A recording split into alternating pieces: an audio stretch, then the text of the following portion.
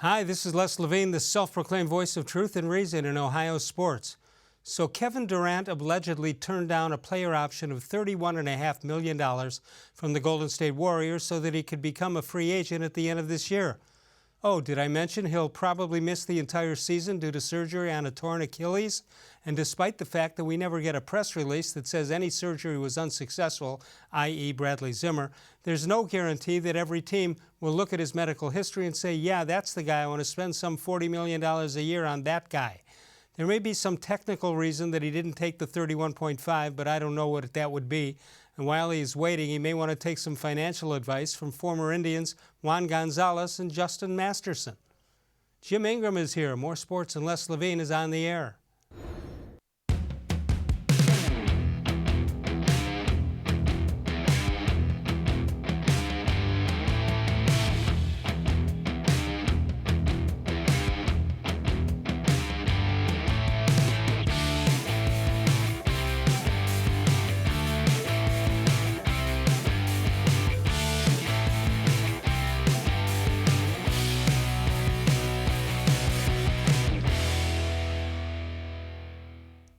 From the worldwide headquarters of More Sports and Les-Levine, it's a Wednesday night. Good evening, everyone. Welcome once again to More Sports and Les-Levine into its 23rd consecutive season, soon to be 24, and seen exclusively on cleveland.com, as is Jim Ingraham. You're exclusively. I'm only here. I'm nowhere else. Right, you're nowhere else, at least here for the time being. We have an hour to change that, however. And throw me off the show, I hope we not. took attendance today in the press box. You were not there at the Indians romp over the Kansas City. No, I was on special assignment today. You were. That's all I can say. Before we get into baseball, have you ever turned down $31.5 million? $31.5 million anything? Wait a minute. No. What if you're up at that level? At what point do you say, yeah, okay, is it 34 million, 37 million? What million is it? Or even, let me think about it. I mean, just a flat out, no, 39 million or 38 million, I don't think so. I don't think so. And by the way, Kevin, you have a torn Achilles tendon that we just surgically fixed. Yeah, that's the other thing. They're offering you money to for sit which out. You're not going to have to earn. All you got to do is Correct. Show up at your rehab. And if you come back, Klay Thompson is out, but you still have Steph Curry and you have the rest of those guys. You'll be a pretty good team. Yeah. You're on the second best team in the league already. Right. But you don't want to come back to that one. 216-575-0403 is the number to call. You can reach us on email at reallesslevine@gmail.com. The Indians winner today 5-3 after blowing a game last night. The 5-run ninth inning off Brad Hand. Who saw that one coming last night? Well, in foresight, nobody. In hindsight, when you look and saw he'd pitched 5 of the previous 6 days, right, and it looked a little bit shaky in interludes in those games. It wasn't a total surprise, but it was shocking to see 5 consecutive hits. This was today's box score, and of course, they went into the ninth leading 5-1. Whitgren tried his best to close it out, but had some trouble. But the tying run was on base when it all ended. But the Indians get the win and win the series. And Trevor-Bauer was tremendous. 6 2/3 innings, 3 hits, an earned run, 12 strikeouts and 1 walk. Not bad. Lindor 3 for 4. Tyler-Naquin hit a homer, and so did Jake-Bauers.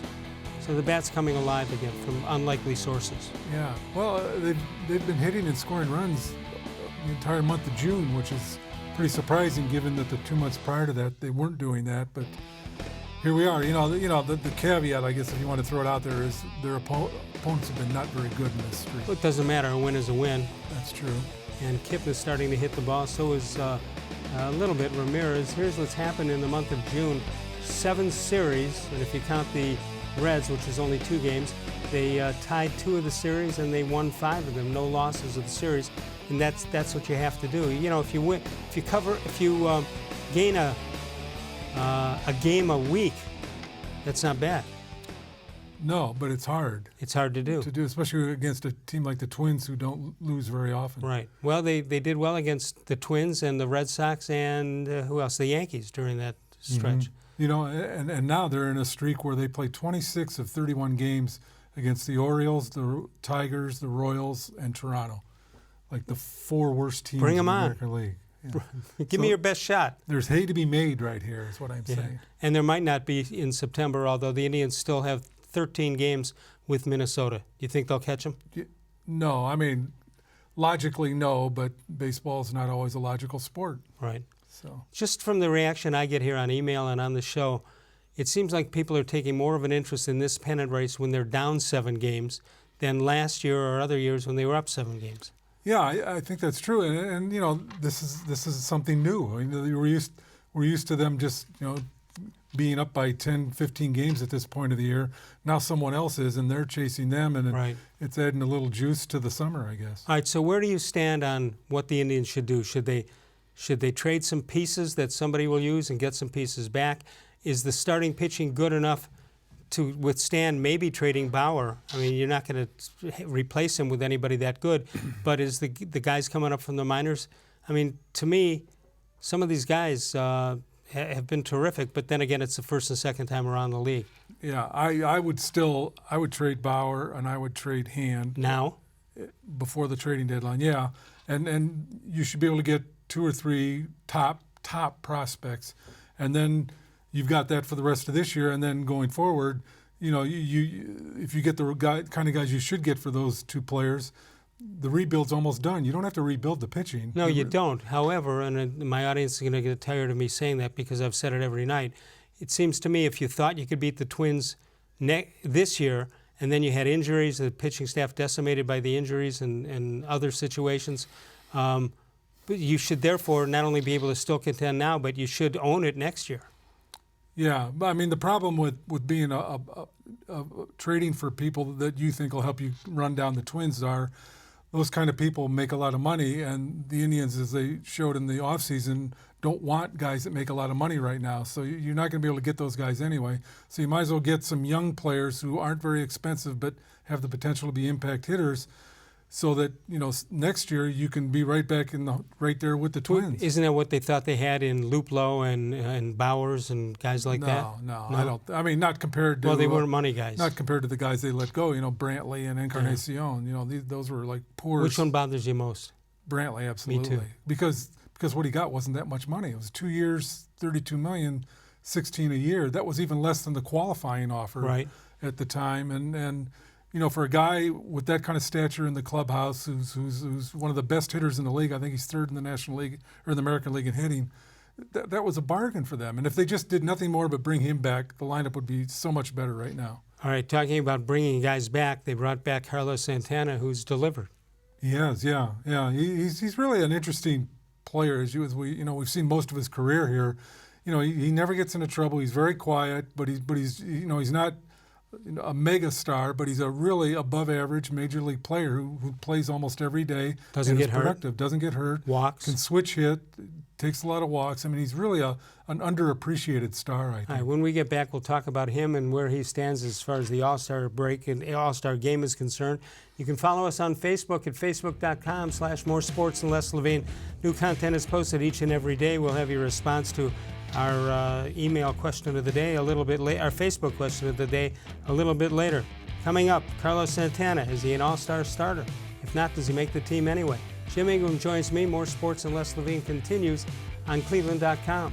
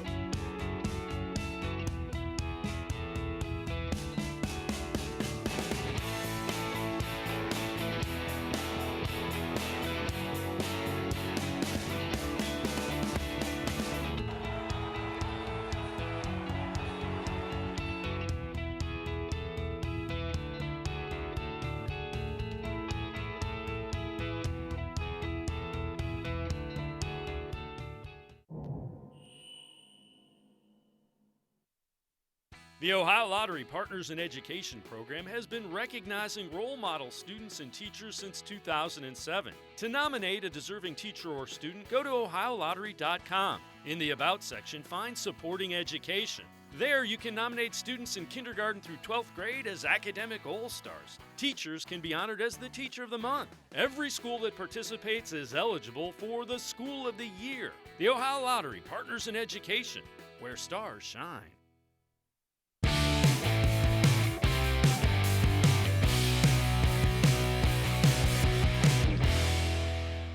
Jim, we got some birthdays today. Hal Greer, remember him? He used to shoot jump shots from the foul line for his foul shots. Yeah, how about old school? Stan Dupp from 1947, from the Dupp family.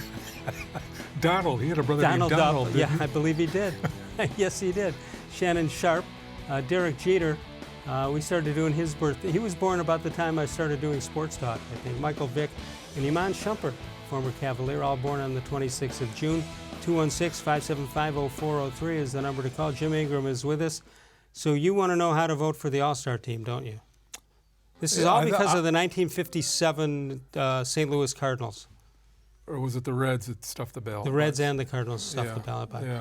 Yeah, they keep tinkering with this almost every other year, it seems. And there's got to be a way to do it that's not so complicated and not so secretive like it seems to be this year.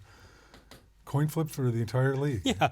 Well, that's as good as anything else, I think. All right, we're going to show you how to vote. You got till 4 o'clock tomorrow. Here you go. You ready for this, Jim? Okay. Log on to MLB.com. You can do that so far, right? Yeah. Click on the players you wish to vote for. Then you should, at that point, review and submit on the bottom of the screen. Fill out the requested information. Then click Submit and Vote and put in your Social Security number and your bank account. No, I'm just kidding.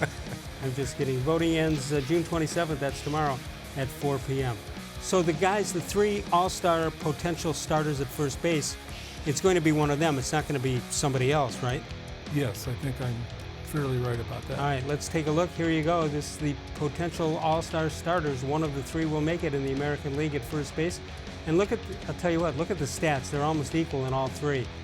Carlos at 290 and Cron at 280 and Voit at 270. Then you have 18 homers for 18, 17, and 17, and then the RBIs 48, 51, and 49. Well, you're missing 3 key stats, however. Strikeouts? No, the population of the markets of those 3 players. So I hope you'll enjoy Luke Voit as the... Yeah, I would be surprised if it wasn't Luke Voit, even though I think Carlos deserves it. How about Urshela, the third base? Yeah, that's right. He's in there too.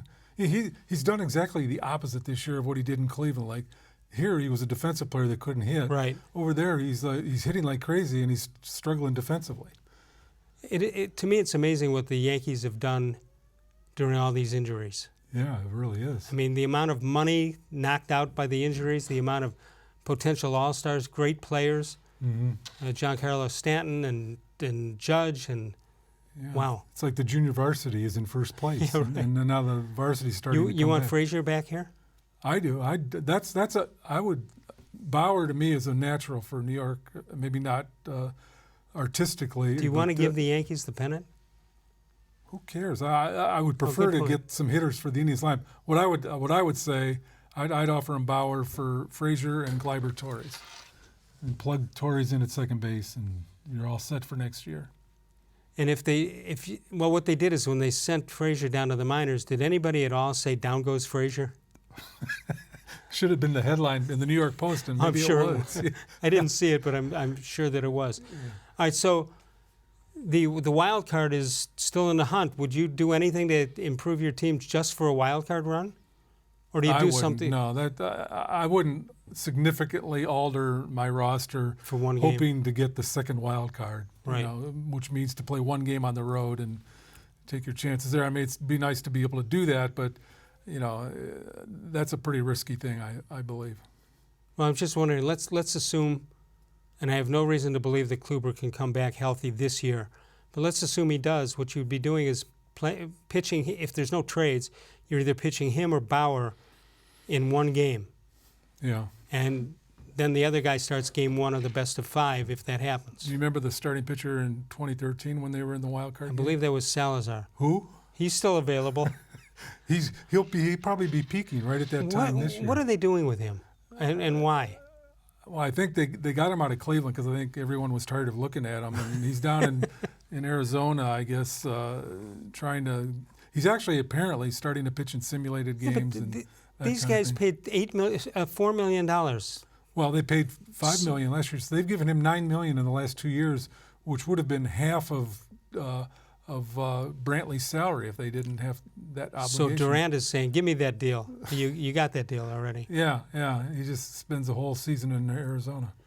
What about the home run derby? Do you have any objections? Is there enough evidence out there that guys mess up their swing and not only mess up the rest of the year, but maybe their careers in some way? Well, I think it's possible. There's always talk of that. I have no evidence of this, but I have always believed that they jack up the balls. And you think the balls are juiced during the regular season. Oh. The home run derby, I mean, what was that one year? Didn't Hamilton hit like 50 home runs? Yeah, he's still hitting them. Yeah. I mean, it got – I remember in the 90s, Cal Ripken, the game was in Toronto, and he hit like about 15 balls in a row over the fence. It was like almost cartoonish. I got to tell you something. I am into conspiracies as much as anybody. How come I never even thought that they would jack up the balls for the home run derby? That's the obvious place you should do it. Oh yeah. They don't show. Have you ever seen the ball being confiscated after a home run derby? No, or a bat. Or a bat.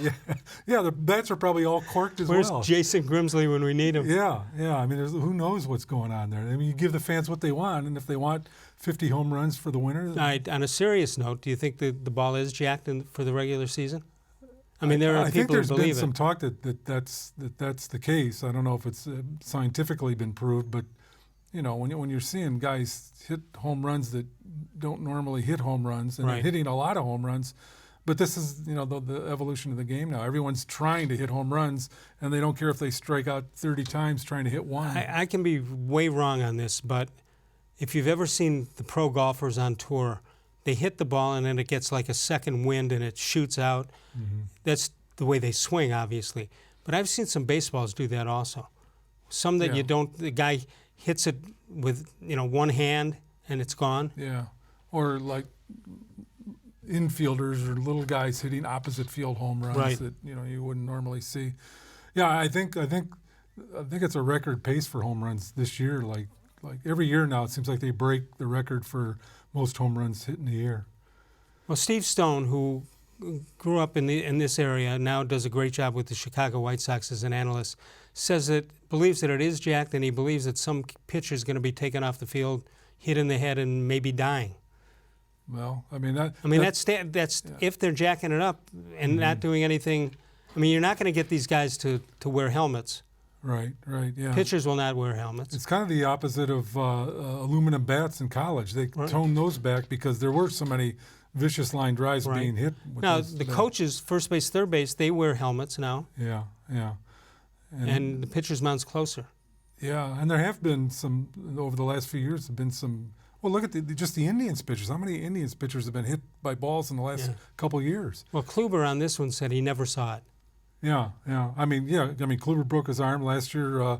Bauer broke his ankle or tibia or something like that. I mean, and Carrasco's always getting hit. And like nothing. Oh, he had a broken hand 2 years ago, maybe it was. He had a broken hand out of the bullpen last night.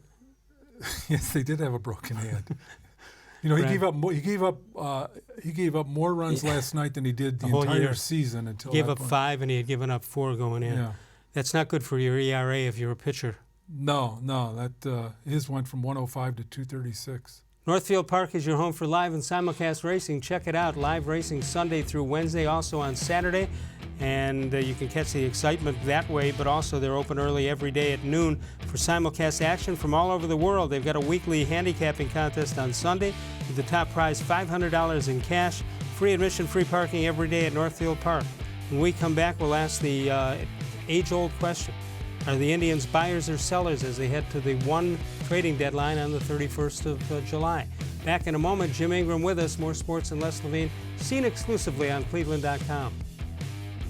No other company or product can match the features, benefits, and warranty of an authentic Nature Stone floor. My basement was a disaster. We tried carpet, we tried tile on our uneven basement floor, but nothing worked. Moisture, dampness, even flooding will not harm Nature Stone. And with Russell's Promise, our true unconditional warranty, you will never have to replace your basement flooring again. Get Nature Stone installed by the end of June and save up to 50%. Schedule your free cost estimate easily online today at naturestone.com. It's not just a floor, wow, it's Nature Stone.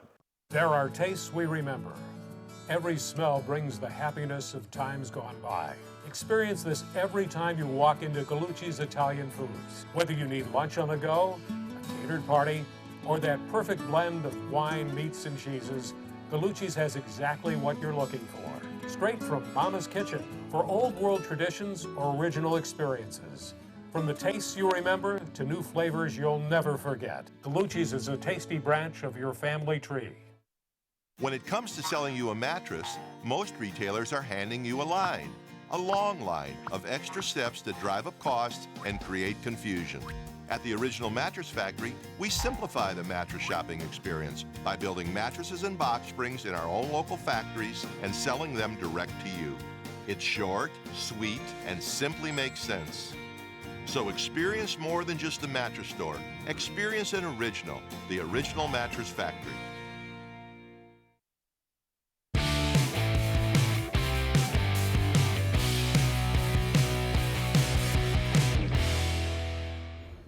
Time for a How Come Quickie. Serious How Come Quickie, Jim. How come if an error by the pitcher leads to a run being scored, it should be labeled as an earned run, but it's not?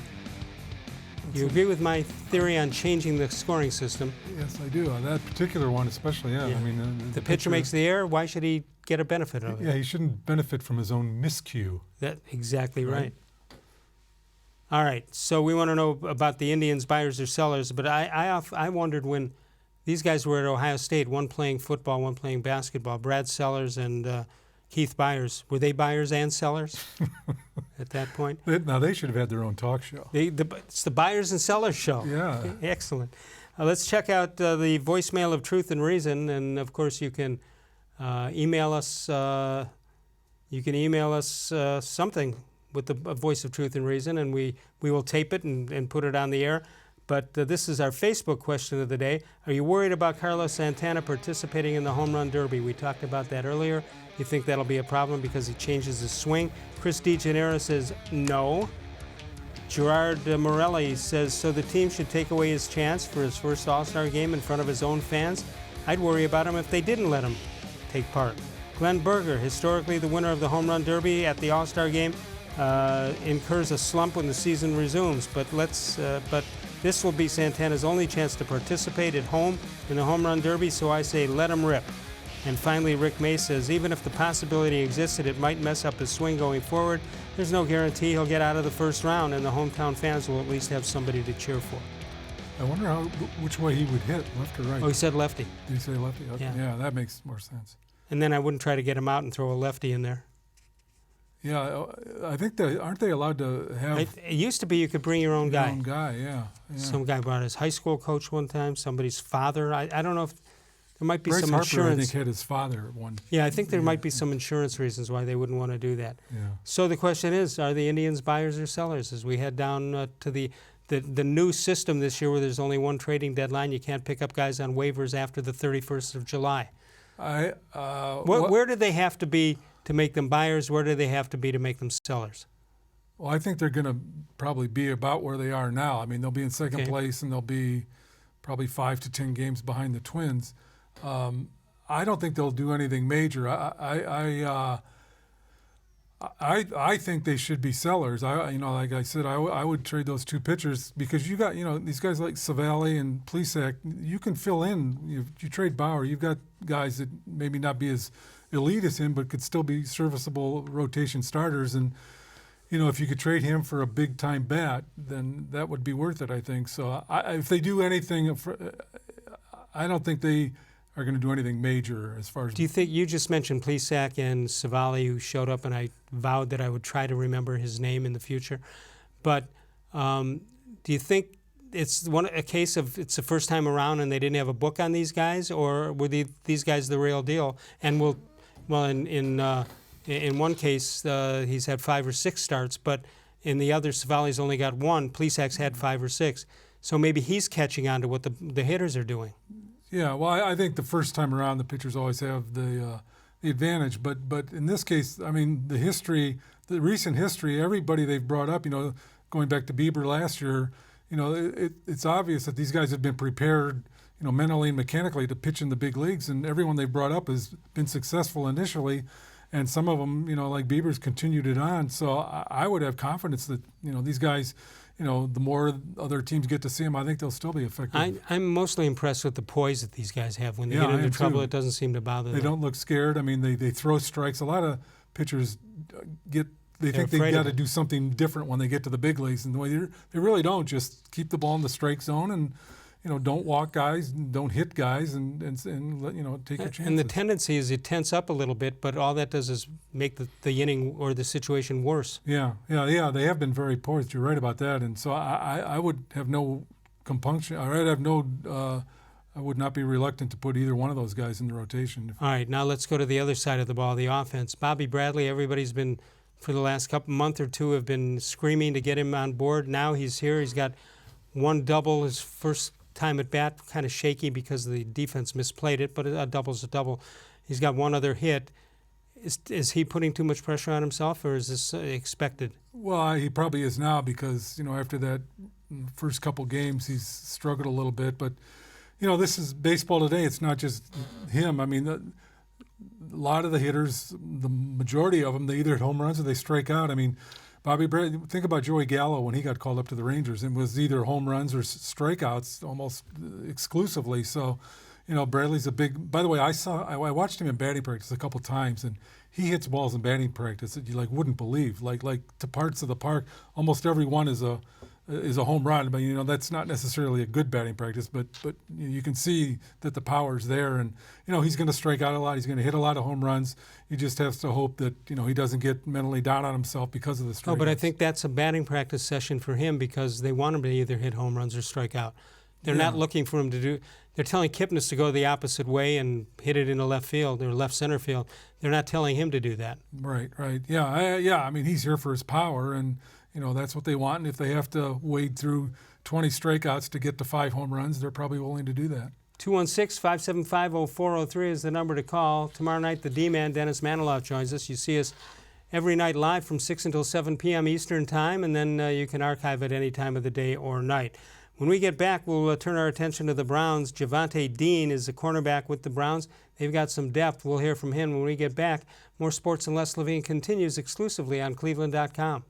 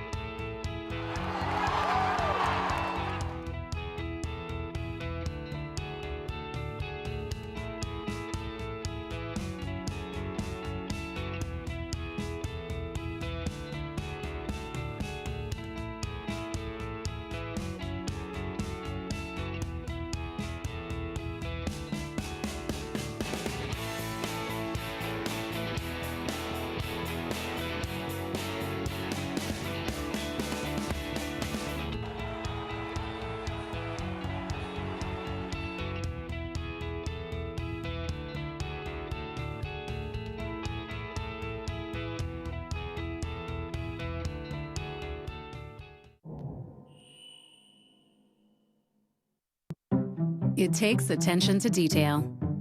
With your local Bryant dealer, you're getting more than just a technician. You're getting someone who pays attention to your needs and the little things that make a big difference. It takes a dealer you can rely on. And to keep your family cool this summer, let me show you how this works. It takes Bryant. Bryant, whatever it takes. And to keep your family comfortable, it takes Smiley One Heating and Cooling. Find them at 440-449-HEAT.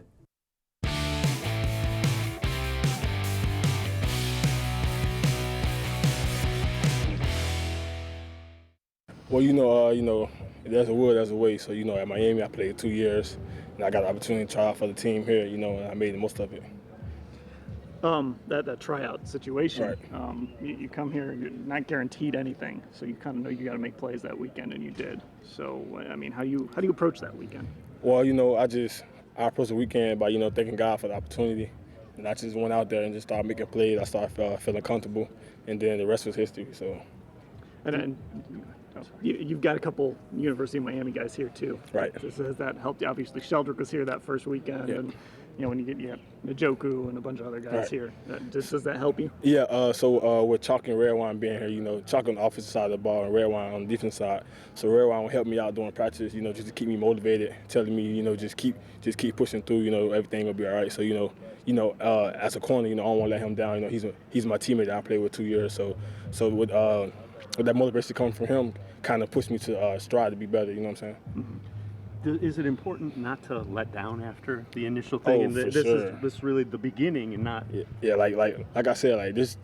Only thing I did was sign papers. I still got to go out there, fight for a spot, make the 53-man roster. It ain't over. You can't just get your feet in and just start settling. You just got to keep on improving on small things, and that's how you stay in the league. What are some of the things you're working on to get where you want to be, which is ultimately on that 53-man roster? Well, just being more consistent. Coming out, fighting every day, making plays on the ball. That's it. Were you happy with what you did, particularly minicamp? You made there were some days where it was like, who's that guy? Yeah, like I said, I just came out of just start feeling comfortable, start making plays. So yeah, I would say I'm very happy with my performance throughout the rookie minicamp. How do you go into training camp? What's the mindset? What are you thinking, and what do you? So going into training camp, just making this roster, do everything that I can, so when it's time for the coaches to make a decision, I did everything that I could in my powers. I actually like those switches. All right, here's the story on Javonte Dean. 6'1", 185 out of Miami of Florida, signed as an undrafted free agent on May 6th. And at practice, the OTAs, he had a couple of interceptions in rookie minicamp and an interception at the end of mandatory handicap. They keep stats for minicamp? Now they keep stats for everything. A former player, this is a player who, I'm calling him a former player, but he didn't quite make the NFL. Do you still call him a player? If they almost make the NFL? A former near player. A former near player said in practice he'd get into these sprints against two other guys that he knew were faster than him, but he wanted to stand out some way, so he would dive across the finish line, even though he might have been 20 yards behind. But the coaches always remembered him and what number he was. Well, that's how you get known. You do stuff like that. Unbelievable. By the way, speaking of the Browns, Vince Costello, linebacker for the Browns, passed away, member of the 64 team. What a solid guy he was. He was on my show a couple of times, and he was just a terrific guy, and our sympathies go out. I don't know if the family still lives in Stark County, but that's where he's from, at Ohio State, and of course with the Cleveland Browns. Yeah, he was on those really, really great Browns defensive teams, and that's when linebackers weighed like 220 pounds or 230 pounds. They weren't very big, but yeah, he always seemed to be in the middle of all the good stuff on guys the like him and Galen Fisk. Yeah. Fisk, rather. Jim Houston. Yeah. Yeah. Well, Houston was an All-American. These guys weren't. Houston was an All-American at Ohio State. Yeah. And in those days, I believe, I remember seeing him play a game where he played both sides, defensive end and offense and tight end. Mm-hmm. Is that possible? Yeah, back then it was. Yeah, I didn't realize that Vince Costello played minor league baseball for somebody, too. I forget which team it was. Yeah, I read that and wasn't aware of that either. But he was a terrific guy, no question about that.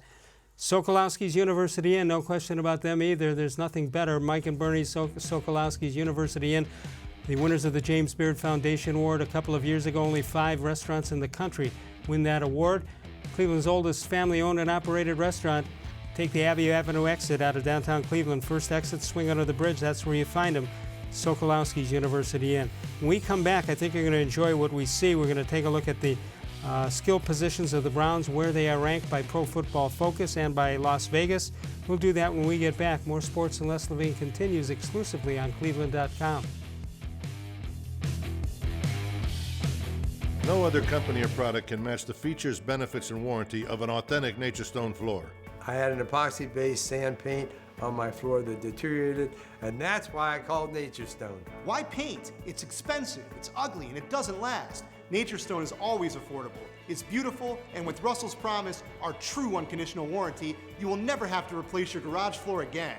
Schedule your free cost estimate easily online today at naturestone.com. It's not just a floor. Wow, it's Naturestone. When it comes to selling you a mattress, most retailers are handing you a long line of extra steps that drive up costs and create confusion.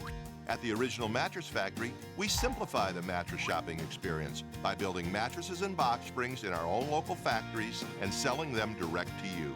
It's short, sweet, and simply makes sense. So experience more than just the mattress store. Experience an original, the Original Mattress Factory.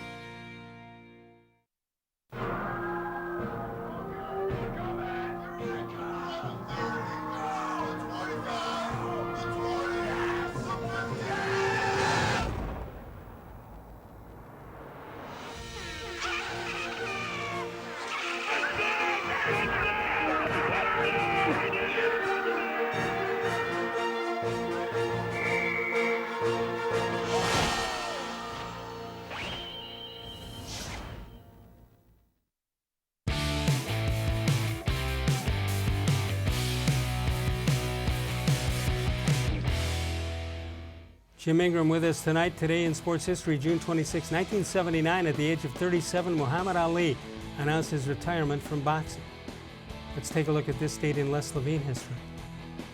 1983, while doing a sports talk show, Les received a call from a guy who said, "Why don't you do the right thing like Muhammad Ali, retire at the age of 37? It wasn't Muhammad Ali, was it? No. This guy believed everybody should retire at 37. Oh, okay. Until he got to be 37. And yeah, he says, who, me? Whatever. Top receiving tandems in football, according to Pro Football Focus. Here's the thing on this, Jim. I don't have any idea what criteria they are using for this. They're just throwing it out there. They got quarterbacks, you got new guys. Yeah. Let's see what they have to say, and they will rank them. All right, so Adam Thielen and Stephon Diggs from the Vikings, according to Pro Football Focus, they are the top pass-catching tandems. Odell Beckham and Jarvis Landry from the Browns are number 2. Tyreek Hill, if he plays, and Travis Kelce out of Cleveland Heights High. Number 3 with the Chiefs, then Michael Thomas, Ohio State, and Alvin Kamara from the Saints. Number 4, A.J. Green and Tyler Boyd of the Bengals, number 5. So even though Odell Beckham has yet to catch a pass for the Browns in the game, that's correct. They're number 2. And he's won one playoff game. Yeah. Somebody should rank the people who rank the people? These kinds of things. Okay, so you take those guys who did the Pro Football Focus, and we go directly into their office, we check out every phone call they've ever made. Yeah. Talking to scouts. It's a good idea. Or we could just make our own list up, of guys. Yeah, like tandems we've never heard of. Top 5 tandems we've never heard of. Good idea. But it'd be hard to list them. It'd be hard to list them if we didn't know who they were. So maybe. Well, let's see how we could do on the top rushing tandems according to Pro Football Focus. Okay. We'll see what those say. I don't know if they're the same people. They may have two sides of the ball in Pro Football Focus, but they say it's Cam Newton and Christian McCaffrey, number 1 with the Panthers. Lamar Jackson, are you kidding? And Mark Ingram of the Ravens. Kyler Murray, how many snaps has he taken in the NFL? Wait a minute. Quarterbacks are eligible for this? Apparently, list? the first three listings of quarterbacks.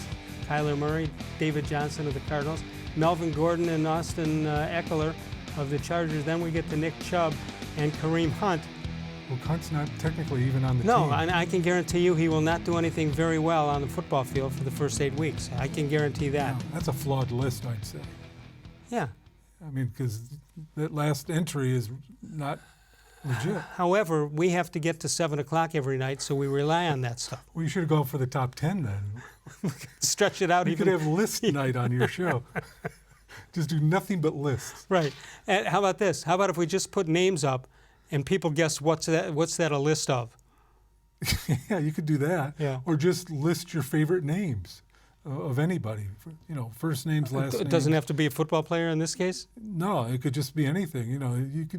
This could probably be for your year-end review. Yeah. I did come up with an idea, though. I think you'll agree with it, that in the country, the United States, there should be one way to spell Deshaun. Yeah, or Daryl. Or Daryl. Daryl's another one, yeah. Yeah, Deshaun is kind of tricky. I told my kids when they got married, I said, don't name your kids anything that they'll have to spell or say every day of their lives. Yeah, that's true. Or They didn't listen. Don't buy a house on a street with a name you don't want to have to repeat every time you use it. Same thing. It's too tough to spell. Yeah. That is for sure. All right, your thoughts as we get closer. Eventually, they're going to play some football, at least out in Berea.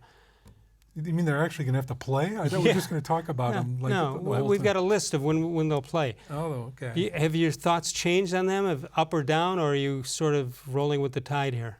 No, not really. I mean, I think it's unbelievably refreshing to have an interesting football team in Berea for the first time since. We haven't done that in a while. Yeah, and it is pretty exciting to see how they do. But I would caution everybody to not expect the undefeated Miami Dolphins to be. Yeah, do you think they are? Do you think people are doing that? Well, I think it's natural because the Browns have been so bad for so long. Right. That now that they're getting good, the overreaction probably should be expected. But they're probably going to lose one or two games, I would say, this year. Oh, maybe.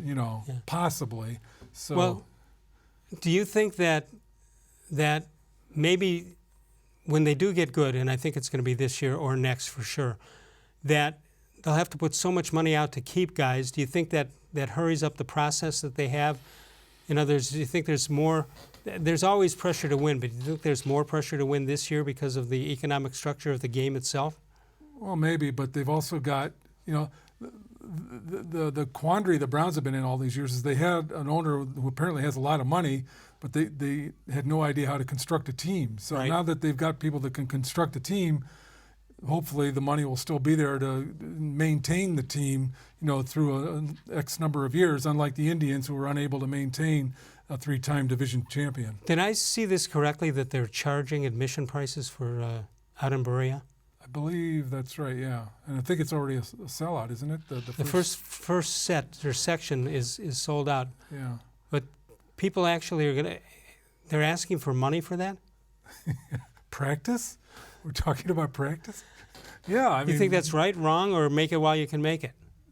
The latter of those. Make it while you can make it. Yeah, there might be a sandwich involved. You might be able to get, a box lunch or something for the price. That reminds me. Do you remember Nate Wallach, PR guy for the Browns?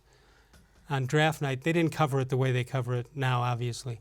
So he's taking notes, and people are looking over his shoulder, and he's got 2 RB, 3 CB, and one guy writes a note column and says, well, they're obviously looking after 2 cornerbacks and 2 running backs. And actually, Nate was just taking lunch orders. That's 2 roast beef and 3 corned beef. The good old days. The good old days. No question about that. We got a line open if you want to get in, 216-575-0403. Jim Ingraham is with us. Let's take a break. We'll come on back. We'll talk about the Indians and any thoughts on the Cavaliers. I don't know what to think. I would agree. It's time they give us something to think about. Well, the draft, actually, I kind of like the 2 guys they took. Yeah, but that's not going to hoist them into the... No, but it's that means 2 guys from last year's team we won't have to look at. So that's progress in my book. So it looks like these guys know what they're doing at this point. Because there's no games involved. Yeah, so they certainly haven't lost do. a game in a couple months. No, they haven't. Let's take a break. We'll come on back in a moment. More Sports and Les-Levine continues exclusively on cleveland.com.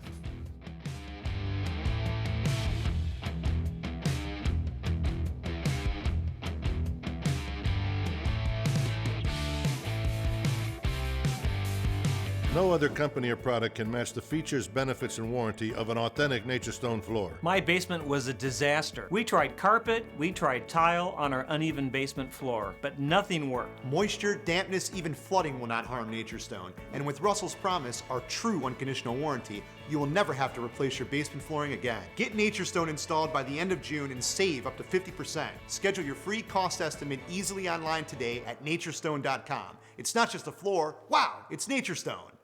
There are tastes we remember.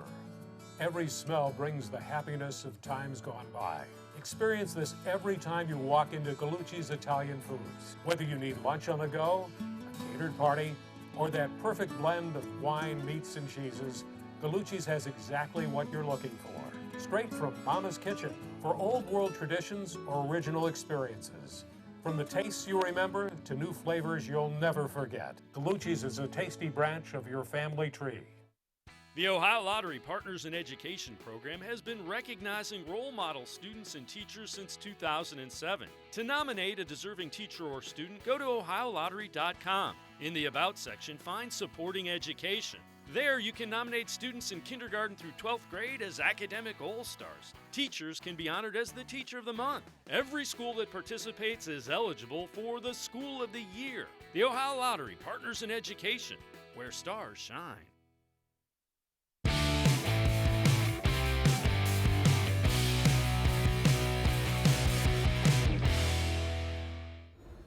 Northfield Park, your home for live racing Sunday through Wednesday as well as Saturday nights. And of course, it's free admission, free parking every day.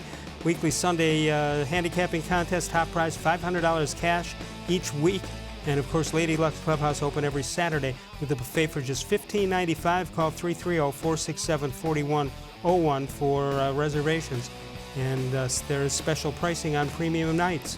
216-575-0403 is the number to call. Tomorrow night, the D-Man, Dennis Maniloff, WTAM Radio joins us, and you can also follow us on Facebook, facebook.com/more-sports-and-les-levine with new content posted each and every day. All right, time to check out some emails and how come quickies. Ready? Yes. Mr. Gullible already rated himself, and he says there are a couple of lame ones. I'll try to do better tomorrow. Should I even go to this? If you think the guy who wrote it thinks they're lame, what do I do? Well, I think we'll be the judge of All right, let's try the first one, see how that goes. Ready? How come people who eat snails don't like fast food? I think that's a generalization. Well, you mean some snails might be fast? How come bird flu is nothing to worry about because it's tweetable? Wow, I think he was right. A lot of stuff on the internet about cheetahs and greyhounds, so a lot of responses to that. This is from Cleveland Bill. How come cheetahs and greyhounds are not on fast food menus? How come so many artist competitions end in a draw? They also begin with one. That's also true. Here's a baseball quickie. He actually has a question. How come Francona didn't remove Hand on Tuesday after he'd given up his third consecutive hit? Is there some reason, just like quarterback, you don't want to take him out, you don't want to take your closer out of a game? He did have, I think it was Whitgren was up throwing after that third guy, I think. I think he was probably in shock at what he was seeing. This one comes in from M. Hoff. How do you turn a 6-4 lead into an 8-4 loss with a hand slam? Hand slam. As a hand slam. Brad Hand instead of a grand slam. Yeah. I guess that's what he means. Peggy Mayer, who's moving up in our Pro Football Focus things that we check out. Peggy says, how come if vampires can't see their reflections, their hair is always so neat? That's the leader in the clubhouse, I think. That's pretty good. Here's from John Patrick. Now, we usually grade him. Okay. How come psychics never win the lottery? You go into the store and say, I'd like number 7. How about 14? How come if I quit my job as a historian because there's no future in it? The other night we talked about on the show Peekaboo Street. I had a quickie saying, if Peekaboo Street, remember her? Yeah. Okay. Apparently a lot of people out there don't. How come if Peekaboo Street donated a lot of money to a hospital, they would call the unit the Peekaboo ICU? So this is from John Patrick. He says he's the go-to guy on quickies. Okay.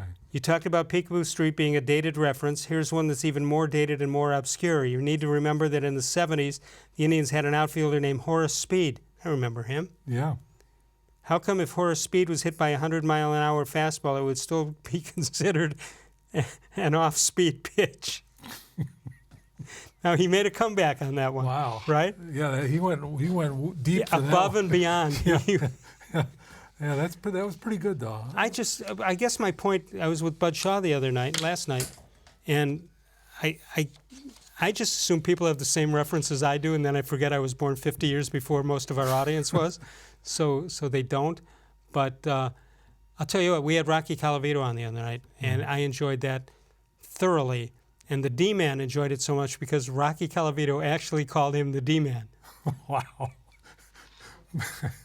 Well, first of all, Rocky Colavito is like one of the maybe 3 greatest names for a baseball player ever. Oh, yeah. Who else do you have on that list? As long as you're in the list. Mickey Mantle, and I always liked Rod Carew as a name. Just Rod Carew. And Rick Monday. I thought that was a pretty cool name. But any day of the week. Yeah. Billy Sunday, going way back, was Jeff. He was a preacher, was he not? Yeah, he was. And Jeff Saturday was a football player. Right. And Carl Mundy found crooks. Yeah. Those are the only days of names. Tuesday Weld, yeah. If Tuesday Weld married Frederick March III, she'd be Tuesday March III. Tuesday March 3rd. I apologize. I'd like to apologize. I'm not going to, but I'd like to. I'd like to get your license plates when they're calling that name out, Yeah, right. It's Tuesday, March the 3rd here. So, speaking of that, I'm driving down a 2-lane highway, 2 lanes on each side, and there's a stoplight, traffic light, red. There's a lady parked at the intersection, and I'm pulling up behind her, and I look at her license plate, and it's DEJAVU,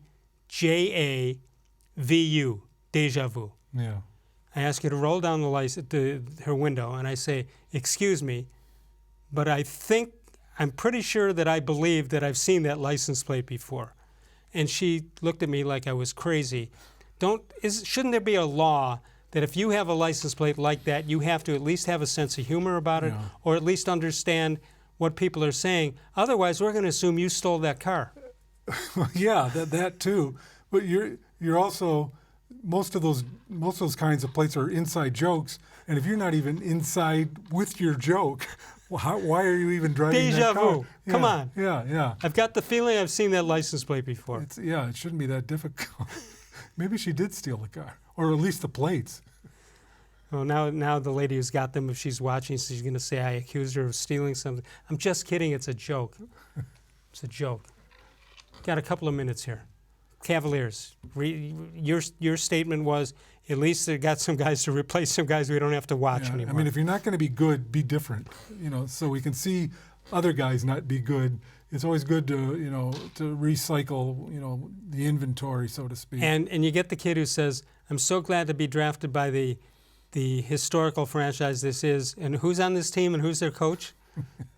Yeah. Do you think they explained to him that LeBron is no longer on the team? They used to do that. You could see as they walk up, they get announced and they stand up and somebody quickly runs to their ear and said, the coach is so-and-so and the top players are so-and-so. I don't think they do that anymore. They leave these guys to their own devices, which is dangerous because they're announced as a member of a certain team, and then when they actually find out they have a different hat than or their family was given a different hat than they get. That disorients them even more. Why are you handing me that hat when I know I'm not playing for that How team? do they not know? How does the NBA not know that that's a bad thing that they do to have trades pending, which is okay. You understand why. Yeah. But I'm just imagining somebody trying to do a sports talk show just after the guy gets drafted and said, but don't worry, he's not going to be here. Yeah, well, when they announce it, they almost say it. The TV guys, just change the date when you can announce these things. I mean, this isn't that difficult, so that you know when the trade is made, who he's going to, and give him that hat. I mean, this is like... Give him the hat of the new team? Yeah, the team he's going to be... Well, no, the trade should already have been made. You don't and make announced. You don't have pending trades while there's a draft going on. That's like ludicrous. I mean... a third grader could solve this problem, but apparently it's mystifying the NBA. All right, so it's one and done for those guys. Yeah. I mean, you guys who make the rules there. I'm surprised they don't just keep the hat, because that's a good item. Then you got. You sell it on eBay. Here's the team I was with for the time it took me to walk from my 4 seat minutes to the commissioner. Yeah. And then I got to learn a new team and the colors and the coach's name and all that stuff. I think most of those guys probably know the higher. The top 10 probably know. They all know where they're going, and they're not going to be traded. They're trying to make it like the NFL, right? I guess. And they can't possibly compete with them at that level. No. The NFL wrote the book on how to oversell a draft, and they do it every year. Wrote the book, changed the book. By the way, my brother was down at Dallas the other day when the Indians were down there, and the stadium where the Rangers play is right next to Jerry's World, and he said that whatever size you think Jerry's World is and how big you think it is, in real life, double it, and you're getting close to what it really is. Yeah, well, it's a Texas-sized arena. Yeah, it's big for even Texas. Let's say it that way, I guess. Yeah, and it probably mimics Jerry's ego, actually, when you think about it. Yeah, about the same. About the same. All right, so here we go. What is today? Well, it's the end of June, and you've got till July 31st with the trading deadline with the Indians. Do you think they have 3 plans here, depending on what happens over the next 3 weeks? No, I think they know what they're going to do, if anything. One way or the other. Yeah. I mean, I don't expect anything dramatic as far as players coming here, unless they do trade a Bauer or a Hand, in which they should get some significant talent back. But I guess they're just going to try to decide if they think they can still compete for a wild card. Maybe they'll just keep the status quo and hope for the best. You know, we've been saying all this year that if Kipnis was Kipnis and Ramirez was Ramirez, what a difference this team would look like. And in the last 2 weeks, we're seeing what this team would look like. Although Ramirez isn't totally back. Yeah. Kipnis is much more than Ramirez. It's tough. I mean, and then the fly in the ointment was the Twins got really good. I mean, like really, really good. And the Indians are just, a notch or two down from what they were last year, so that widens the gap between the two teams. Well, the Twins got good, but their pitching isn't necessarily good. Right, and ironically, that's a team that probably could use Brad Hand, but I'm not sure the Indians would want to do that. No, because you're stuck with him for several years, playing him for several years. Yeah, exactly. So I don't know. It should be an interesting time. You could make an argument or construct a scenario where they would go, any one of 3 ways, or maybe they'll just sit and let the other teams make the moves. What goes on right now in the front office? Let's say you're Chris Antonetti. Is the phone ringing? You've got an offer that's out there already, take it or leave it, and then the phone rings the next day and they say, what if we throw in so-and-so, or what if you take out so-and-so? Does that happen on a daily basis? I would think, on some trades, yeah. I mean, the trades aren't made with one phone call. There's like probably 25 phone calls that end up, leading up to a trade. And, you're always trying to, well, what about this guy? What do you think about this guy? And, maybe you go looking for a third team, or, there's all kinds of, you can, play one team against the other. And are you also saying, hold on, I got to check with my guys here in the war room? No, I mean that. I mean, is there a group waiting to hear what the offer is, and then they analyze it, and then they say, no, I get back don't to think you? they told the guy to hold on. They collect the data, and then they have a meeting, I presume, where they go over, potential trade scenarios, and everyone gives their input, and you make a decision. Okay. So you think the phones are busy? I think they broke for dinner right now, but they probably heat up in another hour. All right. The great Jim Ingraham did a great job, as always. We appreciate it very much. Tomorrow, the D-Man, Dennis Maniloff. I call him the D-Man. So does Rocky Calavito, so he's got that going for him. And that'll be tomorrow night. We'll see you then. Of all the shows I've ever done, this was the most recent.